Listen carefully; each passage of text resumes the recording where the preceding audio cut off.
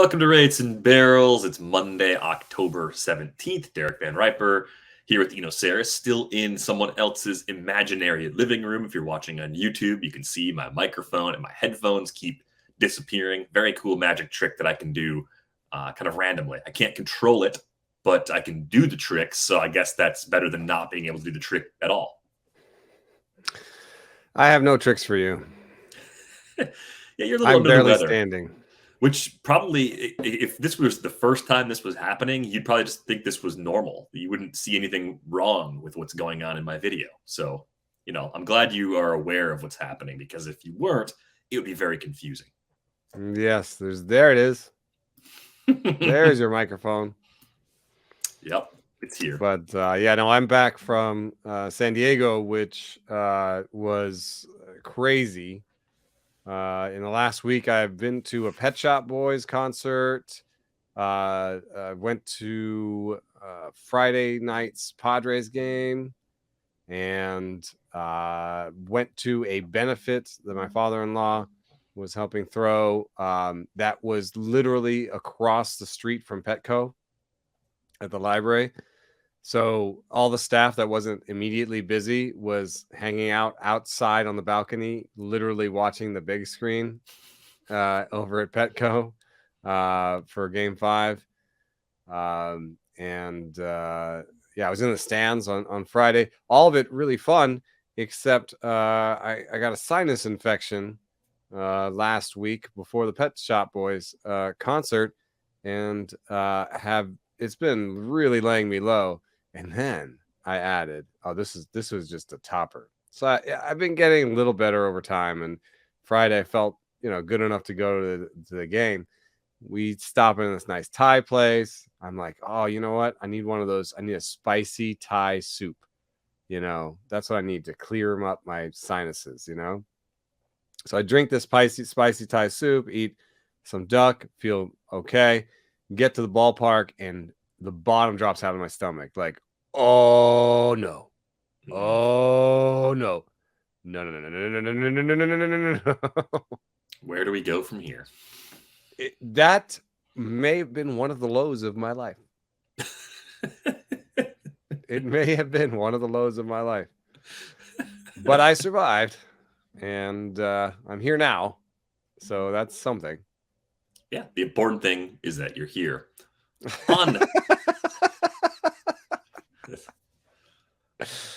On this episode, we are reviewing Outfielders in 2022, taking a look back at where value came from, where value might have been lost, kind of following our script for the series that we started up just a couple of weeks ago.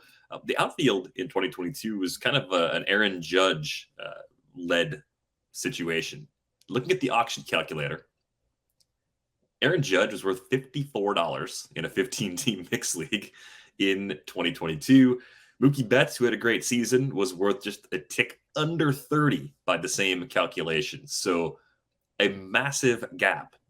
And of course, Judge had that sort of lead over most other players. There were a few infielders that got up into the mid-30s that we'll get to later on. But Aaron Judge was a third-round pick in 15-team leagues. There were leagues in which Aaron Judge fell, and I'm trying to remember why. I cannot recall the most consistent reasoning or arguments against taking Aaron Judge where he was going. I think it was just injuries. I think it was just a past track record of health.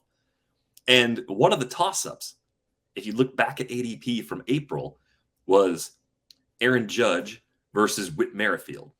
And then right before Aaron Judge in ADP was Byron Buxton, who also, of course, had plenty of injury concerns going into this season as well. So I could kind of see the Buxton-Judge thing.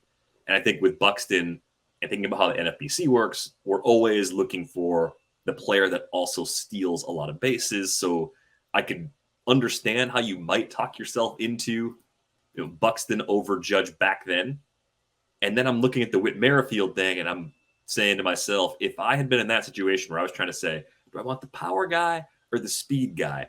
And I chose the speed guy, and it was Whit Merrifield, I would still feel awful about that 6.5 months later. Yeah, we talk about how decisions, any one decision probably can't sink or kill or make your team win. But that one's pretty close. That would be a massive differential. Looking at my main. I did JTO Real Muto, which is just doing something totally different in the third. And the team that won, that ended up second overall in the entire main, I think, or top 3 or something. The team that won my league, he took Trevor Story. So even not taking Judge and taking Whit Merrifield, if you did everything else right, you'd be all right. But still, I do think that there is something to learn there, which is just the stuff we've been saying, the little bit of speed. Go with the little bit of speed rather than the one big speedster, especially when, they're projected around that kind of, what was that? The Jeff Zimmerman line? The low 650 low OPS. Yeah. So even last year, Whit Merrifield had a 673. No, this year he had a 673. Last year he had a 711. So he's fairly close to that line where they could even lose their job. But I'm not saying that he's really in that. He's not. He's no Miles Straw. But at the same time, he is in that category a little bit for me. So I would never have made that particular mistake, I don't think. But I didn't get a lot of shares of Aaron Judge. And I wonder if I'll get a lot of shares of Aaron Judge next year. I don't particularly ascribe to the idea that the sort of the contract year, I know Glenn Colton and Rick Wolf are big on not buying, sort of building around players that just signed a big contract. And I don't know if I necessarily believe 100% in that. But I think if there is truth to it, is maybe never pay full price for someone that just obviously had a peak year. That I think is why the way their rule is described, I think is what is a little bit accidentally misleading, is that we might assume that the pressure of the new deal causes a player to swing and miss more often early on. I think you've seen some things like that. You've talked about that on the show before, right? The O swing percentages sometimes increase for traded players, traded players and new teams. Like some of that's legit. I do think what we're talking about in this case with their rule about the big contract new team is more just what you're saying. It is watching out for regression coming off of a career year. More likely than not, someone who reaches a peak is coming down at least a little bit. And I think, even Austin Riley is a good random example of someone who I thought was a good player, and I thought we saw the peak already. And sometimes you think you've seen the peak and you haven't. That's possible. I think for what Judge just did, we've seen a season similar to this before, but this was clearly better, and this was historically great. So I think you have a few more markers that make it easier for you to say, okay, 2022 Aaron Judge is not what you're getting in 2023. How much regression do you cook in, considering all these other factors, which could include a new team in a new park, right? It could be a lower quality supporting cast, even if it's only a slight downgrade. It will be likely a less hitter-friendly ballpark, most places he goes. Those things matter, even though Aaron Judge is an elite player. So I also think of stolen bases, like he stole 16 bases this year. That's a big part of that value. In full seasons before, he stole 9 and 6. Like in 2021, he had a full season. He stole six bases. He's more likely to want to protect himself after signing a big deal. His new team might even tell him to steal less. Yeah, organizational philosophy, a lot of things could play into that. If you were projecting Aaron Judge today, I assume you're projecting 145 or 150 games, because the types of injuries he's had, some of them are the bad luck variety. I think he had the broken wrist because of a hit by pitch. So I think there's some injury risk, but now we're looking at, maybe like a B health grade or a B- health grade at worst for him. There's some big man injuries he's had, like back, Right. But 140, 145 games next year, projecting for a neutral location, just because we don't know where he's going to play. Are you looking for 35 homers, 40 homers? I mean, it's a huge drop off from 62, but like Yeah, I don't normally, know. 280, 40, 45, maybe 5 stolen bases, maybe not, maybe 8. right. So is that different than what people were expecting Vlad Jr. to do going into 2022? And Hmm. Vlad Jr. was a top 5 pick. Yeah, so even with regression, he's a top 5 pick. That's a good point. No, I don't know how much I'll have him either. Part of that's just landing in the first part of the first round. Part of that is being in a situation where it's in a dollar for dollar scenario. Do you want to build your team that way, or do you feel better aiming for more $20, $25 players? I Well, pushed more toward the latter and had a lot of success with that. So I tend to think there's better ways to build going that direction.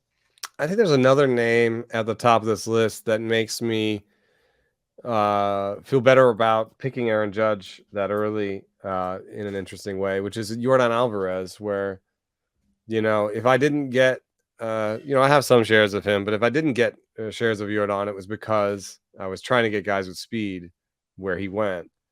And that is the benefit of getting a speedster, is that you can then balance him with someone like Yordan Alvarez, who isn't going to necessarily steal bases, but is a really excellent, top 2 hitter in the game. And in fact, even through age 30, a top 15 hitter of all time. That seems like someone you should put on your roster and figure out how to get the steals later. You know what I mean? Uh-huh. So Well, even if you project you're on Aaron Judge for 5 steals, that's not a reason to avoid him. you'd say I think 280 with that power and speed for Judge. And if you look at Yordan for this season, 37 homers, a new career high for him. That was in 561 plate appearances. So if you get that games played count up another 10 to 15 games, if he gets to 145 or 150, he can probably match Judge right around 40 home runs. He'd probably project him for just a few less. Stolen bases, yeah, you're probably getting a 0 in that category. Fine. You might get a better average from Yordan Alvarez because he's shown the proclivity to strike out less. Right. So I mean, lower K rate. he's like Aaron Judge with fewer strikeouts. Lower K rate, so probably a higher average. Unlikely to get the steals. I'm fine with this. I mean, I think at worst, at the absolute worst, Yordan Alvarez is a late first round pick and probably more of a mid first round pick. He's going to And be if one I'm of in those an guys people auction, are always afraid of because in a run, but I don't think you should be afraid of him at all. if I'm in an auction, I might prefer Yordan Alvarez to Judge. Yeah, because it's going to save you.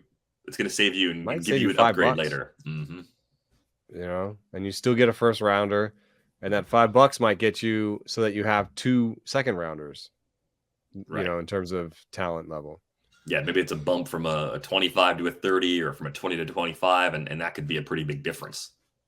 Yeah, or you spend that on your pitchers and you get a better pitcher. So I'm not saying I'm going to avoid Judge, but there is the injury history. And there is the obvious peak year.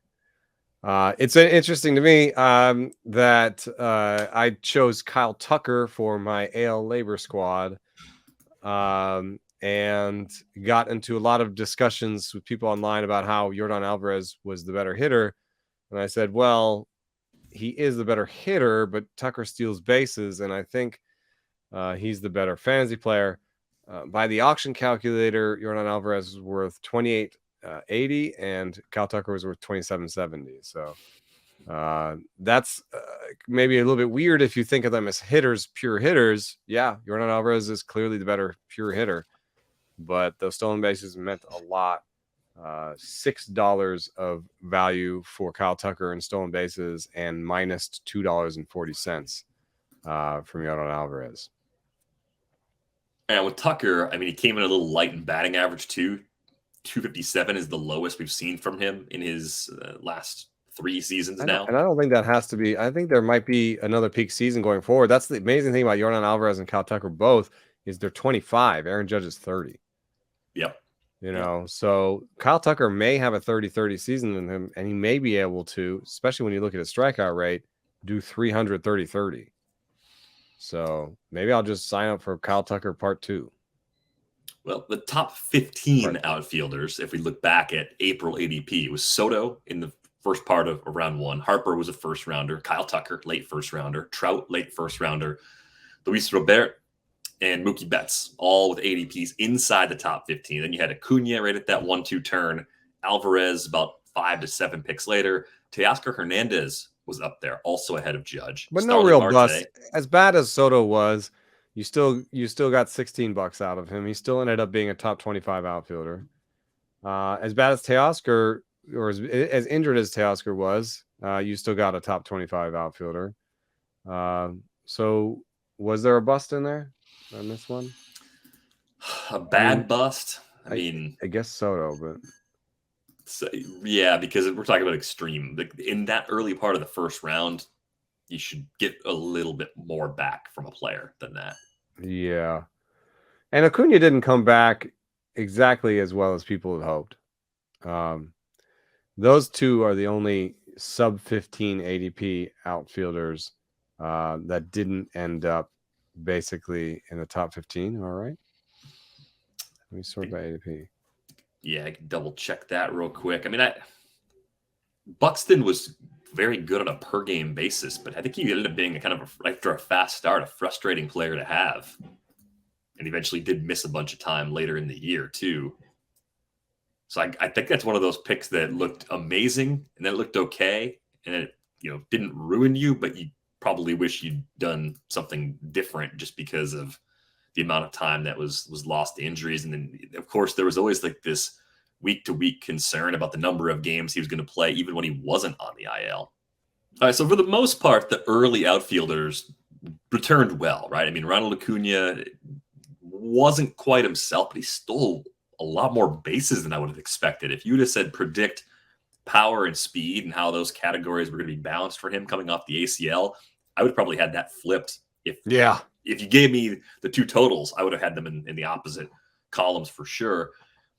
I think there's going to be some shuffling here. Bryce Harper actually lost outfield eligibility. He'll be UT only in 2023, so that's a bit strange. He'll probably pick up outfield eligibility somewhat early in the season. I imagine, health permitting, he'll start playing the outfield again because he's a better outfielder than Nick Castellanos, but you may have to go a week or 2 weeks at least without having him in your outfield mix. I don't know if that's going to cause a massive drop in where he is drafted, but something to be mindful of at least as you think about how rosters can be put together. I do wonder, with Cedric Mullins, did Cedric Mullins have a good follow-up year to the breakout? I think we talked about him late in the year. I'm more on the side that this was a pretty good follow-up overall, just given how difficult it is we were talking earlier about how difficult it is to hold the gains from a career year. I think he held about as much of the good stuff that we needed him to do to say it was actually a successful follow-up season. Yeah, I think he ended up being a good investment. If you look at him on the auction calculator at Fangraphs in terms of dollars earned versus investment, sort of ADP, he beat Teoscar Hernandez, Starling Marte, and Whit Merrifield, who were all taken above him. And obviously Luis Robert, but that's a little bit more of an injury situation. But he beat a bunch of guys who were taken above him, and ended up returning about as much money as Mike Trout, who went in the first round. Mike Trout. Does RotoWire agree?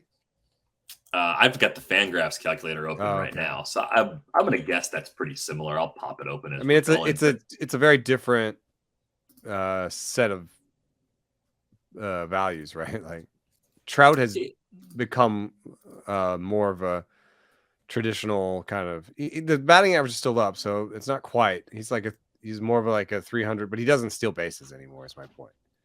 And Mullins was more of a 5 category contributor.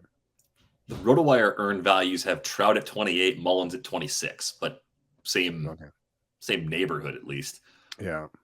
I think the interesting thing with Trout, we had one of our listeners sent us a pretty good breakdown of just what was going on at the time and how it was basically that the treatment was going to work and he's going to be fine down the stretch, or it wasn't going to work and he's going to have to be shut down.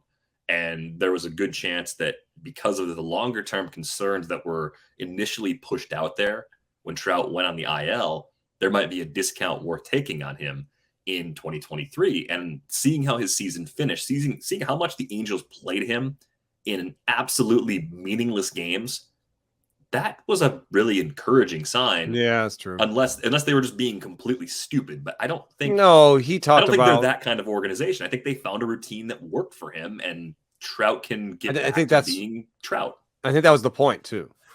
The point of playing him was to be like, how's this going to work? And when Mike Trout came back, I saw him. He gave a little scrum in Oakland, and he was talking about his health, and he said he found a pregame routine that keeps him loose and keeps his back loose. And I think that was the point of playing down the stretch, was to see how that interacts, because he said the biggest thing he wants to do is stay on the field more next year. So basically, it was a dry run for how do we keep you on the field with this condition. Of course, I read that same email from the same plucky listener, and panicked. And just read all. I just read. It's so funny when rose-colored glasses, or I don't know what the opposite of rose-colored glasses is. Panic-colored glasses. I just read it. I just read it through that, oh God, I see him being shut down, and then he comes back and he's dealing with this. This is going to be terrible. And that's when I traded him for Kwan, Hoskins, and some other pieces in an effort to win my league. It's an interesting league, the Pitchfork League. I did win the head-to-head portion, so maybe it was worth it. I got a flag. I got a little, one of those little flags they put in your sandwiches. I got a little. Yeah, I got a little toothpick flag. flags. I got a toothpick flag. Don't However, I lost the roto. Ended up third in roto. So I didn't win both the toothpick flags. And I bet you I'm going to be ruining that one, because now my keeper situation is like, ooh, do I keep Hoskins or Kwan? Or it's like, there's 3 or 4 guys where I have to kind of decide. Whereas if I'd had Trout, I'd been like, yeah, Trout, that's my final keeper.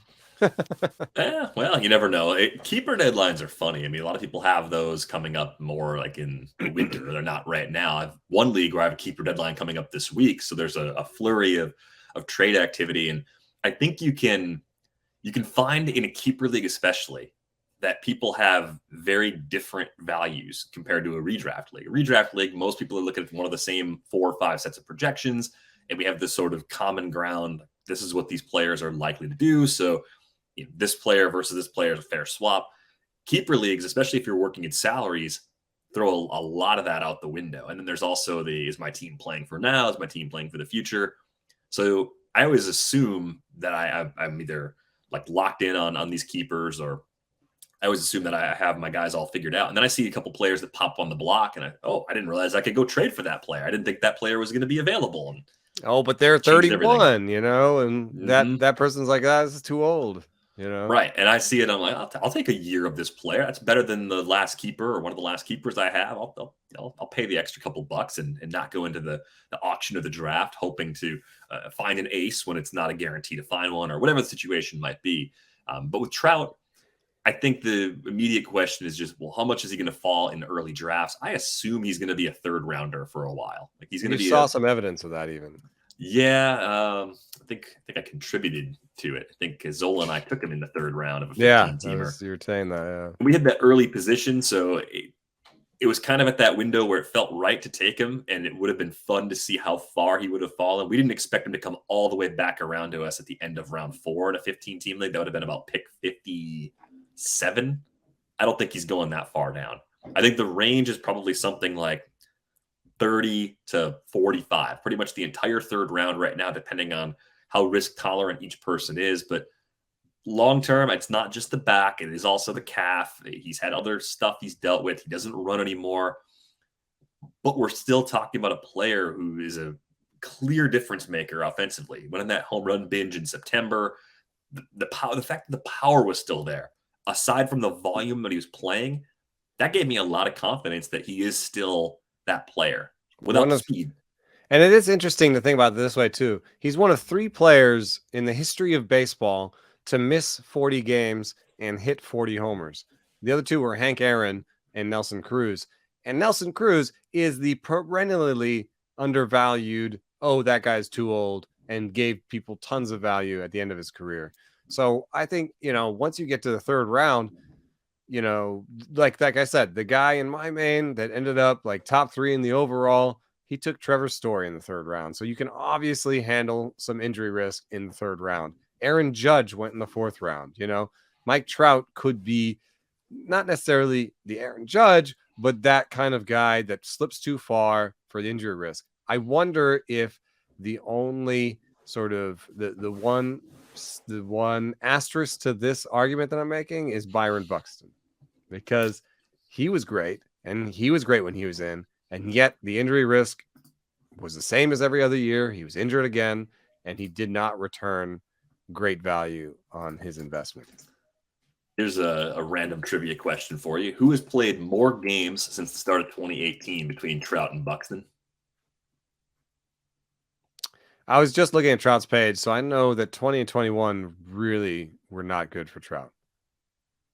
Yeah, but who played more games from 2018 to 2022 between Trout and Buxton? Trout. It's Trout. It's Trout by kind of a lot. Trout has 482 games over the last 5 seasons combined. Buxton has 307. 307 in 5 seasons? 307 in 5 seasons for Byron Buxton. I love Byron Buxton. I think he's a fantastic player. That is the riskiest of the risky injury profiles. Trout might be C for the health grade, possibly a D+, like a Tommy Boy D+. But I just think the skills are still incredible. So third round, it makes some sense. If you already have some bags with one of your first 2 picks or within your first 2 picks, I actually think you can justify taking him in that range. But we'll see. We'll see if I'm right about where he falls.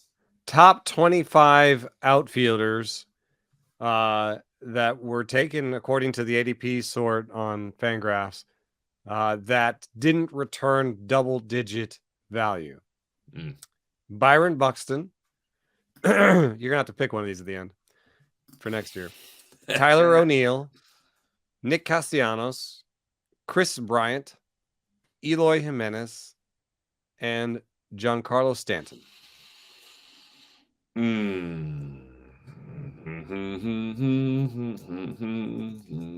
I think there's 2 I definitely like as target now players for long-term leagues and for 2023. I like Tyler O'Neill and I like Eloy. I think I like Eloy Jimenez even more than Tyler O'Neill from just like a long-term keeper league perspective. Who do I trust to be a good player longer? I think Eloy is the answer. I think in redraft, the price is going to be even, or am I getting a discount on one of those guys relative to the other? Who do you think is going to go earlier? In redraft between Eloy and Tyler? Yep. I think that Eloy Jimenez still has that like prospect sheen about him a little bit more, whereas Tyler O'Neill never was regarded the same as a prospect and the strikeout rate. So I would actually assume that Eloy goes ahead of Tyler O'Neill in drafts this coming season. Because Eloy hit 295 with 16 homers in 84 games. I mean, that's great. That's not that far off of the numbers we were talking about. I think for people Yordan. will look at Tyler O'Neill and say, no, there's an actual problem here. Eloy was more of just a health situation. Tyler O'Neill was, and people will probably look past the fact that Tyler O'Neill did have health issues this year. But they'll probably fixate more on the strikeout rate and say, no, there's a batting average risk here and a health risk. So I do like both. If I can only have one in a redraft league, it's probably Eloy Jimenez. My case for Tyler O'Neill is that the K rate actually improved this year around the injuries. The walk rate also improved. When plate skills improve around someone who hits the ball as hard as he does, good things can happen. And he runs, Eloy doesn't. So I think you look at the Cardinals outfield, the Harrison Bader trade late in the season is really good for O'Neill going forward, because any threat to that outfield being too crowded seems to be eased, and he probably wasn't going to be pushed out of playing time anyway. He plays every day when he's healthy. So we're looking at 2 seasons now where he's been an efficient base stealer. He's shown plenty of in-game power, and now he's shown a slight improvement in plate skills. He's right in peak age range. Yeah, so both good. Give me Jimenez over O'Neill, but I like those two a lot more than I think everybody else that you threw out there. Buxton was a part of that group. I don't know what to do with Buxton in leagues anymore. I was a Buxton optimist for the better part of the last 5 years. I And think now, I like him. I like him. I like him like the shot. Like I like him in shallow leagues with a large IL. Like especially if you have like a unlimited IL. Mhm. Then I start to like him again. Like if you're in a 12-team league with lots of IL slots, then he makes sense. You know, he's gonna be great when he's in, and he's gonna be on your IL, and then the replacement is gonna be high. So I like him in those sort of situations. But like he'd be kind of killer in like an AL only, right? Where you put him in, and then when you go to the wire, you're like, oh god, what is out there? Where did Tyler O'Neill go in your? I just didn't just to finish him up. Where did he go in your early NFBC draft? Great question. Need to look that up. While I'm looking that up, consider this about Buxton. 47 homers and 15 steals in the last 2 seasons combined. That's in 153 games. I know. I mean, it's there. It's There. gross.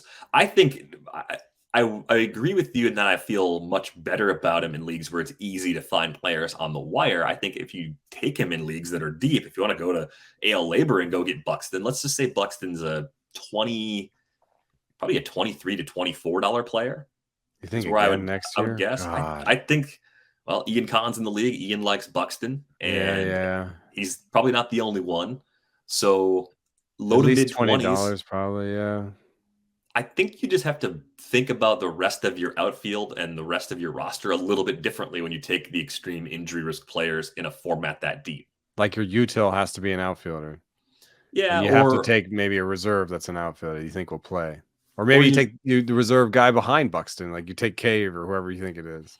It's kind of like if you put an injury score on every player and you added up all the injury risk on your team, as long as the cumulative injury risk is below a certain level, it's fine. But Buxton just keeps you from taking a few medium injury risks elsewhere because you can't afford to have that much risk. Like you couldn't put Buxton out there with Eloy Jimenez and Luis Robert as your outfield.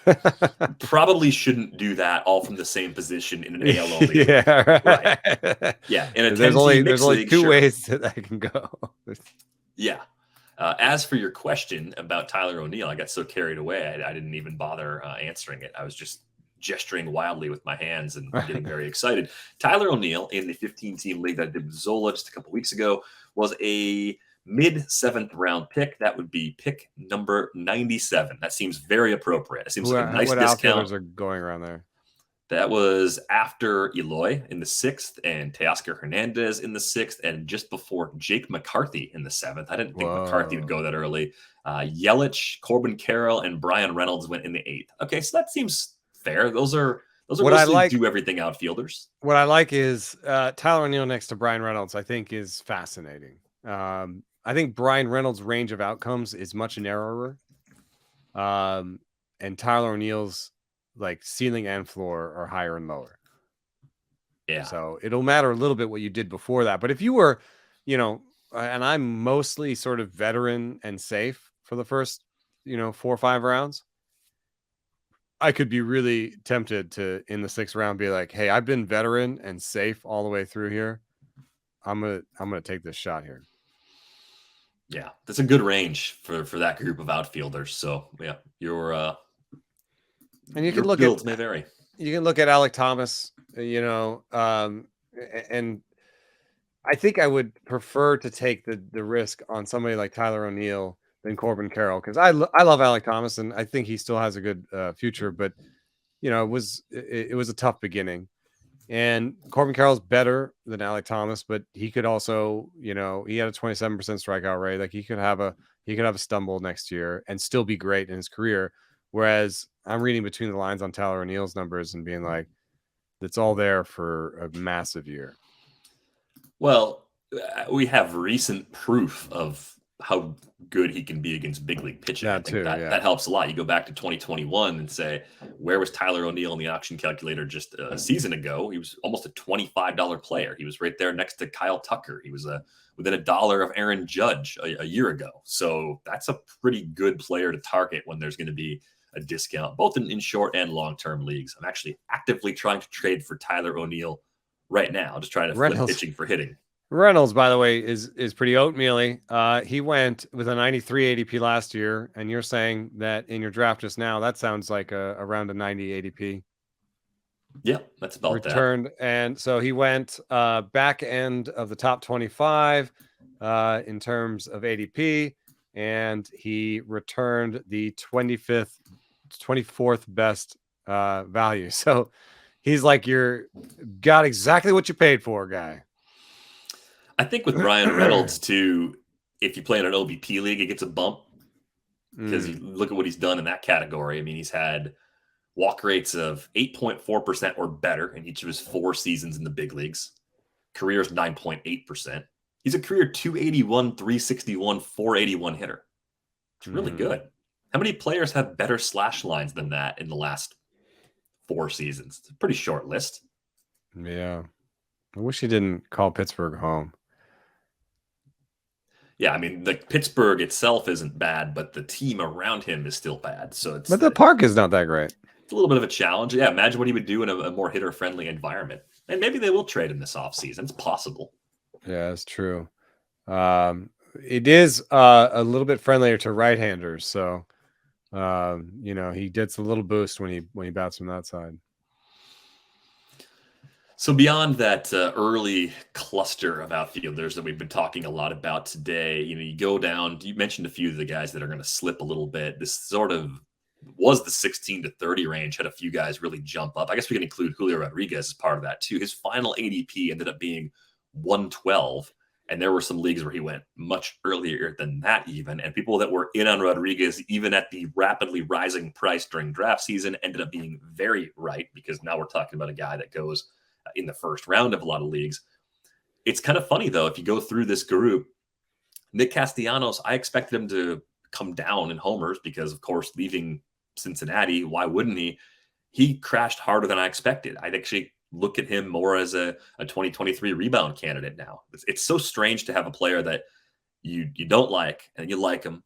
You don't like him. You like him again. It's just constantly fluctuating based on everyone how has a price that works, Yeah, so I think I'm in on Castellanos. I didn't have a lot of Chris Bryant this year. He got hurt. I think coming off the injury and thinking about a discount for him, I'm in there.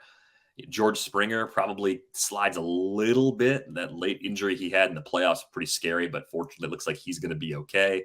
And Eloy goes in that range. Is there a surgery involved with that, though? I haven't seen for sure. We'll have to take a look at that. Randy Arozarena ended up being undervalued. And we've talked about some of the concerns with his propensity to chase pitches outside the strike zone. So I'm curious, after a really productive season from him, where he ended up finishing as a top 10 outfielder, $25 player, how aggressively are you willing to pursue Randy Arozarena in 2023? Yeah, I ended up with a fair amount of shares just because I thought, it may be up and down. It can be a little bit ugly with him in terms of he's a pretty streaky guy. But he ended up almost exactly where he did before. He even stole more bases this year. And that makes me feel pretty good about him. His chase rate is still pretty high, but for the amount that he chases, he makes a good amount of contact. I think he could settle in and walk more next year again. But I would just kind of pencil him in for 26, 2020, pay for that, and hope you get that steals boost again. Yeah. 260, 2020, sorry. Yeah, I think that's going to push him up closer to probably where Mullins was going this draft season. Inside the top 40 overall is probably he'll go up after the season? I think he's going 32 up. 32 stolen bases. Yeah. Oh, I think he's way up because of the bags. I think Arozarena versus Cedric Mullins is probably the early round speed decision people are going to be making. In terms of big surprises that ended up top 30 outfielders, I've got Julio Rodriguez, Adolis Garcia, or is it Adolis? Adolis Garcia, Michael Harris, Stephen Kwan, Brandon Nimmo, Jeff McNeil, Anthony Santander, Taylor Ward, Ian Happ, Hunter Renfroe, Alex Verdugo, Jock Peterson, Tommy Pham, and Charlie Blackmon. That's a fair amount of guys. You know, those are all top 30 by the Fangraphs auction calculator, and they all were taken after pick 150. So, you know, there's some guys that were drafted. I think Garcia, you know, Renfroe, Verdugo, they were drafted. Pham and Blackmon were drafted for the most part. I don't think that we can necessarily see every Michael Harris coming. You know, I don't think that we should necessarily invest in every Stephen Kwan type going forward. You know, there are going to be lots of other guys that come up with minuscule strikeout rates that don't play as well as he did.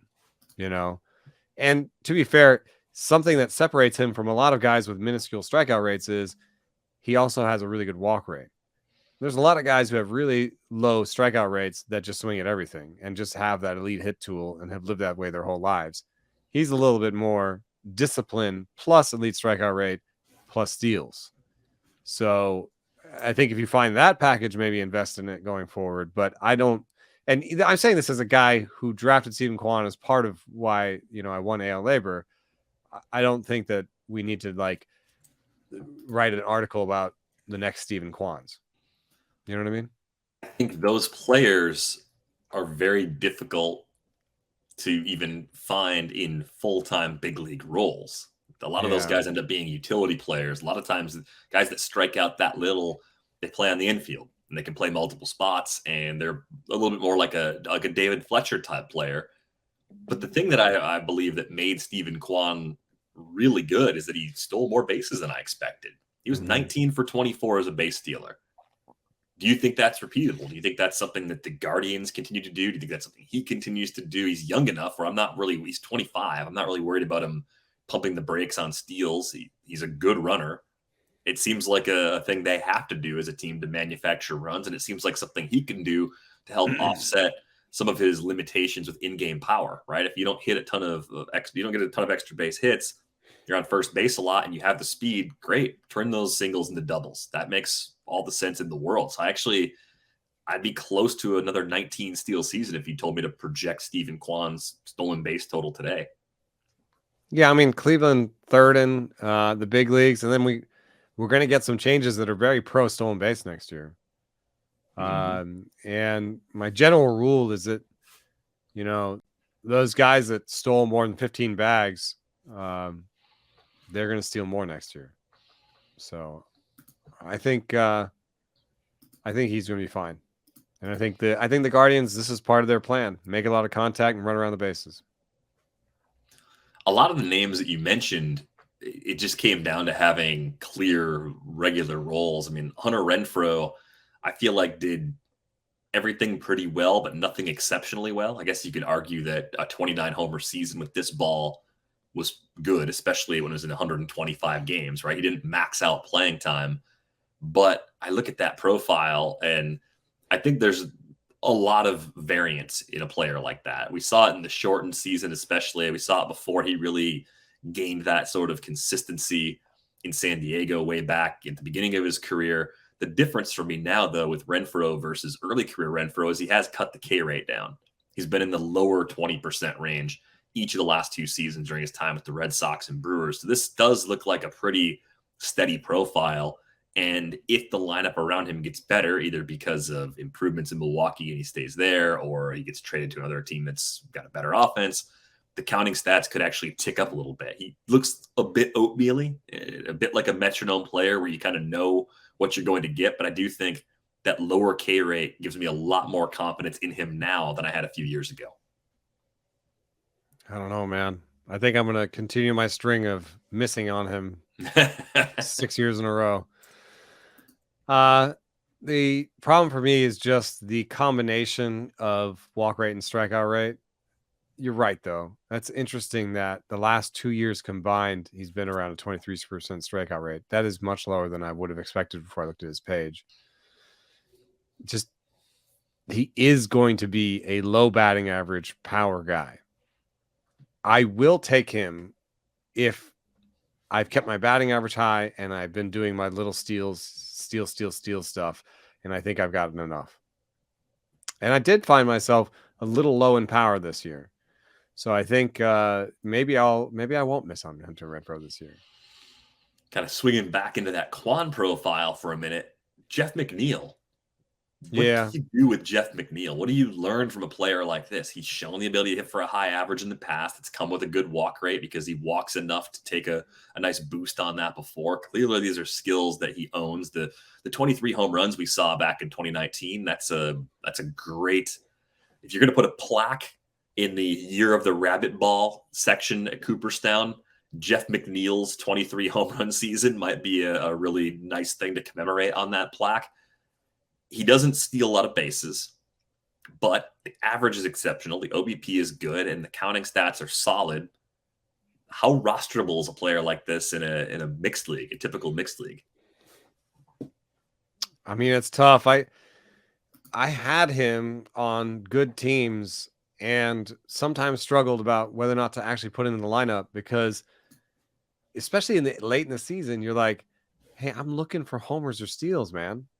Like my batting average is set. He'd be the kind of guy that I would love to do draft in a league that had trades. Because then I could use him to pump up my batting average in the first half and then sell him to someone who needed to improve their batting average. But it is a detriment to your homers and steals.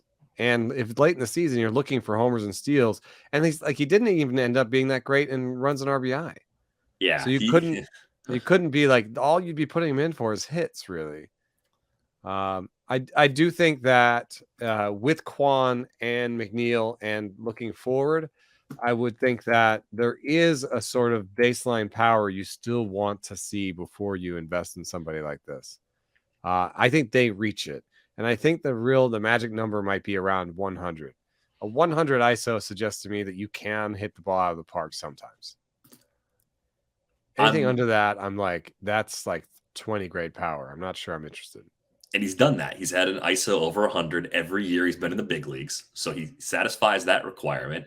Ended up being almost a 6-WAR season for McNeil. So there's the real life value that drives the playing time.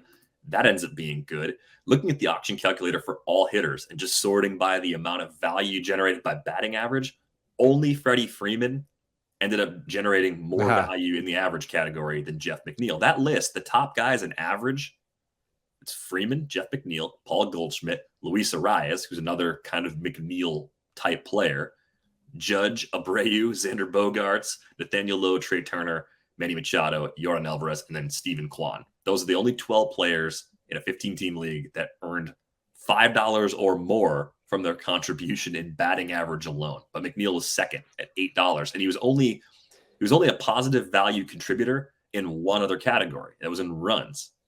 He was just barely a positive value contributor in that category. So for me, like I was a little bit of a dummy question. It wasn't like you can't roster him in mixed leagues. It's if you roster him in mixed leagues, you need to put the right types of players around him because you get excessive value in one spot and you're a little underperforming in the others. You compare him pretty nicely with Renfroe, I guess. Right? I mean, that technique goes back to, I think one of the first times I talked about it was years ago with Todd Zola on the RotoWire pod, and he was saying, give me DJ LeMahieu and Joey Gallo together on the same team and just mush those two players together. I don't usually play that way.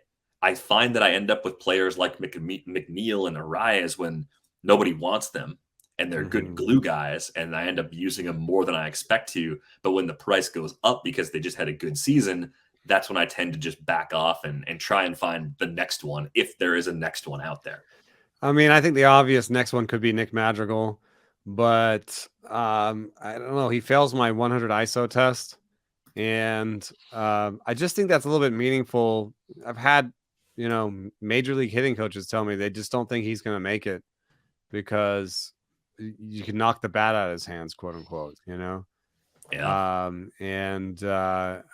don't know. I it'll be fascinating to watch if you can make it work with that little power. I mean, he has a 0.4% barrel rate in 552 plate appearances. I've never seen a 0 in the first part like that. Can you think of anybody else? I'm going to go to really Check out Victor Robles' page. Oh, shush. You be quiet. I'm going to go at least 30 plate appearances last year, and I'm going to sort by K rate. Let's see. Estudio, if he got a shot. Fletcher, Arias, we've mentioned. Will Brennan? Well, even Just a random McNeil thing? for his career has 3.4% barrel rate. The hard hit rate's about 10 percentage points higher for McNeil for his career than it is for Nick Madrigal. So Will Brennan actually doesn't strike out either. That's interesting. I like when we make discoveries during the show. Wander Franco is part of why we love him, because we think that he could put power together with that strikeout rate. What do you think? Nico Horner. See, I do believe in Nico Horner. Well, he's a little more like Kwan, where he's been running too. So yeah. there's an extra thing that he already does that alone gives him value. I want to have him on some rosters next year. So this later group of outfielders, like the non-top 100 guys based on ADP, I guess Julio was part of that, and you mentioned like what do we learn from the surprises? I don't think you can take prospects in any given year. When prospects are bad, I don't think you can say don't invest in prospects. And when prospects are good, I don't think you can say you must invest in prospects. I think you have to look at players for what they can do individually. How dominant were they at each level of the minor leagues? What did they bring to the table in terms of production relative to their age? I think that's been the best way to understand when to take those chances and when to let someone else take those chances. I don't think it's perfect.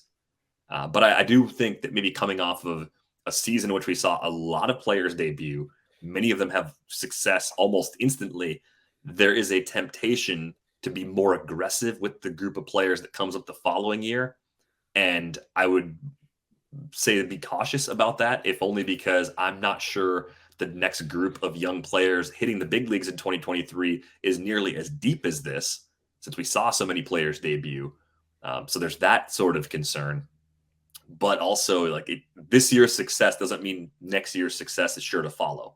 Doesn't mean that it won't either, for the sake of just putting that out there. But I do think we kind of saw a special class of players come through in 2022. Yeah, I mean Harris and Rodriguez were pretty special. I in my main I got him super late. I don't want to learn the wrong thing, and I got Rodriguez again in the 26th round. I don't want to be like, oh, that really worked for me last year, and I'm going to take him in the 15th. The prospect in the 15th. It's still disbelief that he went that late. I can't. I mean, I just can't believe it. Like I think you need. Yeah. You don't have to screenshot it and tweet it or anything, but I blows my mind that he was going that late. So, who could even? A lot of these guys came up. Jackson, do you think Jackson Churio could come up next year? No, he's too young. Anything's possible, right? I mean, it's just like for the outfield, especially. Drew Jones is a no. James Wood's a no. Yeah. Maybe we get Colton Cowser. Does Colton Cowser join the Orioles outfield? Curtis Mead is listed as an outfielder some places and third base somewhere else. Yeah, he's really close. But Mead is no. I don't think Mead is. I've seen people put together big packages for Curtis Mead alone, but I don't think of him. He's definitely not in the same prospect category as Julio Rodriguez. Not yet. Is he in the same packet? Place where Michael Harris was? Maybe. Could take off. He's 22 already, though. I don't think Curtis Mead is. I think actually next year in the outfield in particular does not look like a big year for prospects. No, I'm using our. If you're not counting Corbin Carroll, right? If we're counting guys who haven't debuted yet only, then it's a shorter list. Our friend James Anderson has the ETA tags on players on his prospect list, so he's got Churio, Cowser, Aaron Zavala in the Rangers organization, Brennan Davis, who might have debuted this year if he hadn't been hurt, George Valera, and then Sal Frelick, another strange player in the Brewers organization with that low K rate. But with Frelick, we've seen seen a little bit of power in the minors this year, non-zero power, and we've seen speed. We've seen the Stephen Kwan-esque contributions on the base paths that at least give us that extra category to have a reason to like him for. But it's a question of how does he fit into their playing time mix, given that they traded for Esteury Ruiz, given that they, again, have Renfroe and Yelich, have a couple other guys that they want to keep playing. I don't know. I don't know how they make those pieces fit. I assume that roster is going to be one that goes through some change. Yeah, it was a disappointing year for them. I actually think that group is a decent round to be buying in the 26th round, right? Because the magic I want to repeat is guy who is performing in spring training that has a near ETA that might break camp with the team, right? So I want to look at that list and follow them along through spring training and pick somebody off that list because in the 26th round, you're not likely to have that guy all year. That's a very not likely player that's going to stay with you all year. And if you drop him in the second week or the third week, and I think also guys that you can tell a little bit about where they put them in the minor leagues if they might come back up after 2 or 3 weeks. There's always like the 2 or 3 week one, and then there's like the 6 week one where prospects come up. And then if they don't come up after that, then it's like, 2 months. So, I might take Churio if he's, looks like he's knocking the door down, and then keep him 2 or 3 weeks. And if they don't bring him up, then, I got to move on. And Churio is going to be 19 in March. That seems aggressive. Honestly, James has got an ETA of this year on him? Of 2023. And he got 6 games at Double A at the end of the season, so he did reach. Maybe Double A. That's like a September ETA or something. Yeah, that's a whole year, so anything's possible in the range. I could ask him about that at some point.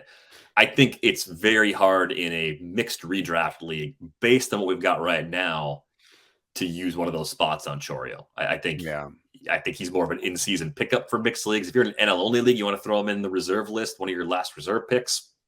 I'm not going to talk you out of that because I like to play that way, but I would not go overboard. He's exciting. He's definitely very exciting player, but they want to make sure they get the timing right. They want to make sure he's solved all the possible big issues in the upper levels of the minor leagues before they give him a shot, given how young he is. What about some of these boring guys that jumped up? They may not jump up in the rankings next year. I'm thinking of I think Renfroe fits here, but Santander and Taylor Ward,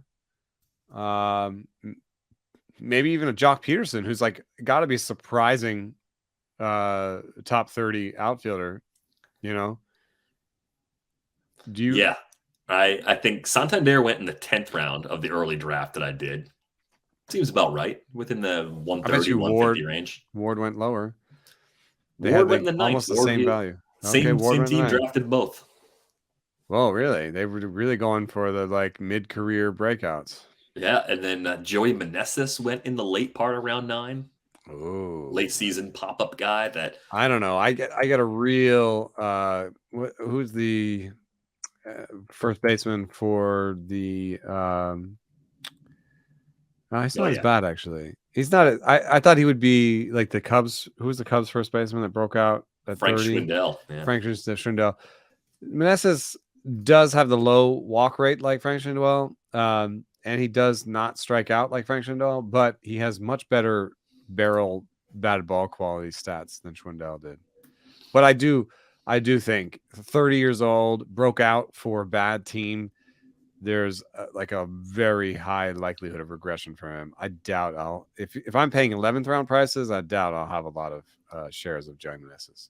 It's one of those things. It's a great story already, and I hope I'm wrong. I think it's strange that he didn't get a shot somewhere else sooner. Sometimes teams miss. Sometimes the whole league misses on a player, but I still see more likely it took a really, really bad team for him to get a shot. And there's probably some sort of reason. Yeah, but to your point, the reasons you could argue that it's different is that it's a even smaller window of playing time for Meneses, only a little smaller than what Schwindel did in his debut with the Cubs last year. Definitely a better barrel rate. Better O swing percentage, and even Yeah, better hard hit Schwindel kind rate. of swings at everything. Yeah.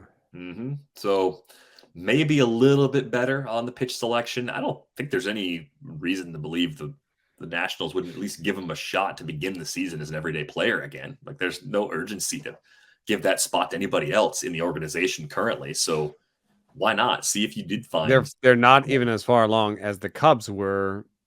Yeah, right. Like the Cubs found better people to give at bats to, right?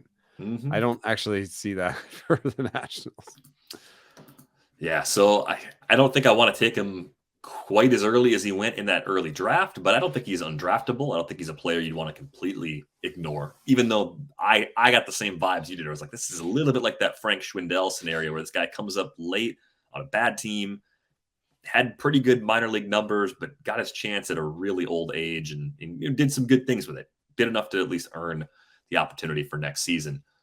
Anything else you could think about here in the outfield? I mean, there were pop-up guys even beyond the prospects. That Jake McCarthy draft slot was much higher than I expected, even though he was really good. I mean, how much do you trust some of these guys they weren't top-level prospects, but they weren't non-prospects either, because that's exactly where McCarthy was. Like, I think he was more of an organizational top 10 list sort of guy as opposed to an overall top 100 list sort of player. I think I just pieced out on McCarthy because I saw the 2021 AA strikeout rate 29.5%, and the 2021 Major League one with 32%. I was just like, man, this guy, may be able to steal a bunch of bases. I don't know. The power is a question mark for me. And then, the batting, if the batting average and power question mark, then he fits too much in the like very flawed stolen base guy category. And there's still a chance he's there, the 21% strikeout rate he had this year in the big leagues is still one of the lowest strikeout rates he's ever had, so that does give me some pause. Where like 13.3% swinging strike rate, 21% strikeout rate, like do these things fully mesh? So I find myself thinking that his batting average is a little bit risky next year. And his batted ball stats do not suggest that he will hit much more than 10 to 15 homers next year. Yeah, I think you're drafting him as a speed first guy that has risk of falling into a big side platoon, depending on how competitive the team is. And they've got a lot of outfielders. Yeah. The other weird thing about Jake McCarthy is 98th percentile in sprint speed, which is amazing. So the bag should be there. The raw speed is great.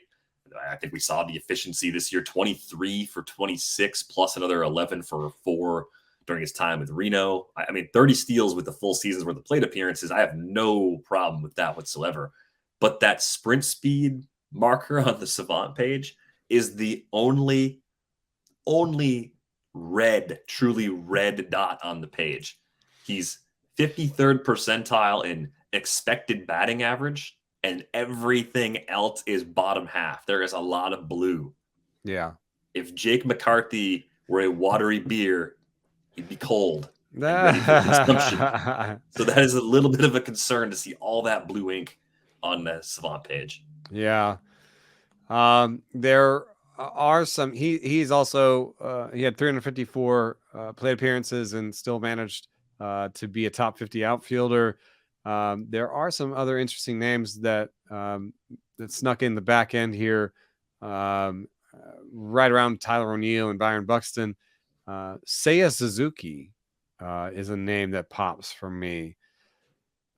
I think this guy just had his first year where he got his struggles out. When I look at an 11% barrel rate, top 10 type chase rate, strikeout rate that kind of went up and down, and power that kind of went and came back, and he had some injury, 9 stolen bases. I don't want to say I'm targeting him because it always depends on what the price is, but I overall think this was a very decent rookie season from Suzuki and promise of more. Like I think he'll have a better year next year. And even if he just did what he did this year over the full course of a season, you're talking about a 260 average with 20 homers and 12 steals. Yeah, lost some time with an injury. I think you're right about the underlying numbers. Makes a lot of good swing decisions. You can see that in the quality of his plate appearances when you get to watch him throughout the season. I'm in. I think he was the end of round 10 in that league that I keep referencing. So That's like kind of McCarthy-esque time, right? Yeah, a little after McCarthy, little after Meneses, little after Santander. I mean, I'm taking Suzuki over all those guys, 100%.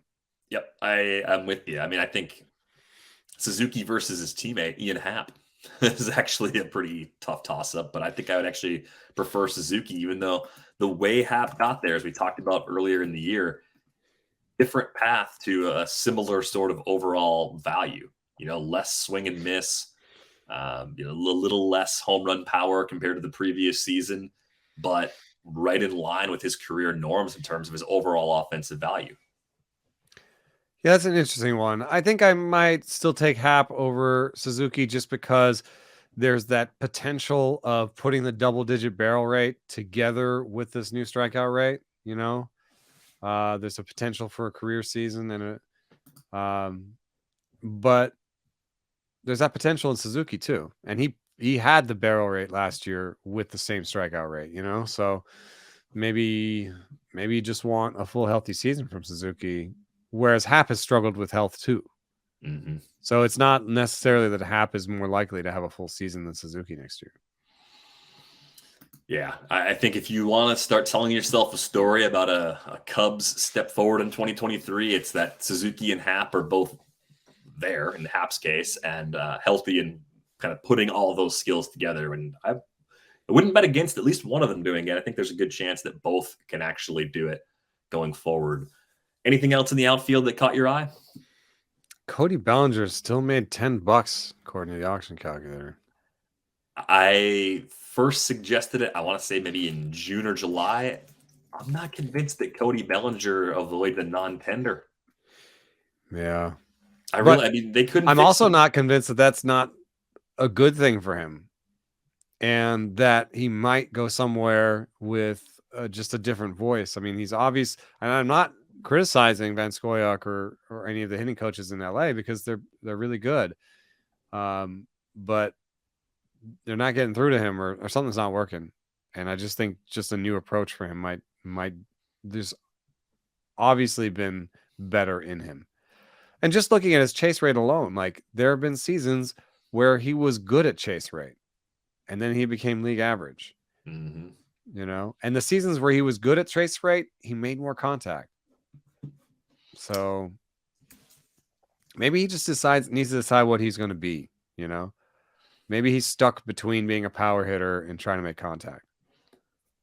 Given all that we have seen and not knowing where he's going to play, are you in on Bellinger in the early part of draft season if he's a fringe top 200 overall sort of pick?